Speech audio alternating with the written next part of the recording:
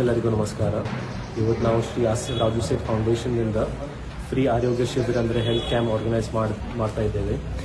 ಸುಮಾರು 5 ಸೆಂಟರ್ನಲ್ಲಿ ರಾಮಟೆಕ್ ನಗರ್, ಅಶೋಕ್ ನಗರ್, ಆಜಮ್ ನಗರ್, ಸಂಜಯದಲ್ಲಿ ಮತ್ತು ರುಕ್ಮಿಣಿ ನಗರದಲ್ಲಿ ಈ ಫ್ರೀ ಹೆಲ್ತ್ ಕ್ಯಾಂಪ್ ಆರ್ಗನೈಸ್ ಆಗ್ತಾ ಇದೆ.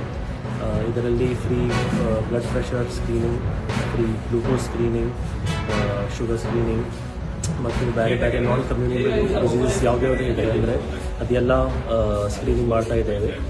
ಇದು ಸರ್ದು ಮ್ಯಾನಿಫೆಸ್ಟೋಲ್ಲಿನೂ ಒಂದು ಕೀ ಪಾಯಿಂಟ್ ಇದೆ, ಹೆಲ್ತ್ ಮತ್ತು ಎಜುಕೇಷನ್. ಆ ಪ್ರಾಮಿಸ್ ನಾವು ಮಾಡಿಕೊಳ್ಳೋ ಜನರಿಗೆ ಅದೇ ಪ್ರಾಮಿಸ್ ನಾವು ಫುಲ್ಫಿಲ್ ಮಾಡ್ತಾ ಇದ್ದೇವೆ. ಮತ್ತು ಮುಂದೆ ಹೋಗಿ ಸ್ಪೆಷಲೈಸ್ ಹೆಲ್ತ್ ಕ್ಯಾಂಪ್ಸ್ ಅಂದರೆ ಆಪ್ಥಮಾಲಜಿ ಇರಲಿ, ಬ್ಲಡ್ ಗ್ಲೂಕೋಸ್ ಬರೀ ಶುಗರ್ ಇರಲಿ, ಗೈನಕಾಲಜಿ ಇರಲಿ, ಇದು ಸ್ಪೆಷಲೈಸ್ ಹೆಲ್ತ್ ಕ್ಯಾಂಪ್ ಆರ್ಗನೈಸ್ ಮಾಡೋಕ್ಕೆ ಈ ಪ್ಲ್ಯಾನು ಐತೆ ನಮ್ಮ ಕಡೆ.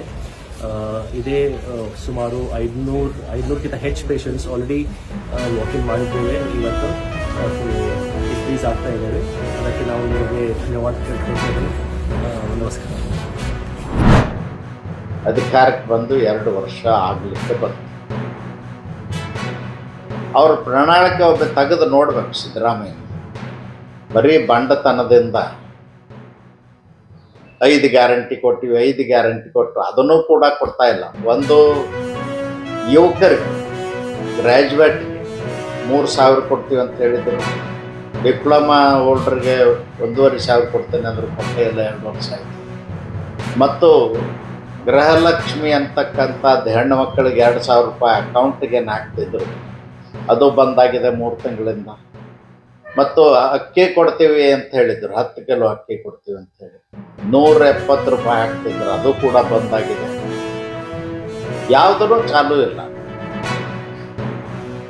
ಬರೀ ಬೋಗಸ್ ಹೇಳಿ ವೋಟ್ ಹಾಕಿಸ್ಕೊಂಡು ಅಧಿಕಾರಕ್ಕೆ ಬಂದು ಇವತ್ತು ಜನರಿಗೆ ಮೋಸ ಮಾಡ್ತಕ್ಕಂಥ ಕೆಲಸವನ್ನು ಸಿದ್ದರಾಮಯ್ಯವರು ಮಾಡ್ತಾರೆ. ಎಲ್ಲದಕ್ಕಿಂತಲೂ ದೊಡ್ಡ ದುರಂತ ಅಂದರೆ ಸಿದ್ದರಾಮಯ್ಯನವರು ಕಳೆದ ವರ್ಷ ಬಜೆಟ್ ಮಂಡಿಸಿದರು.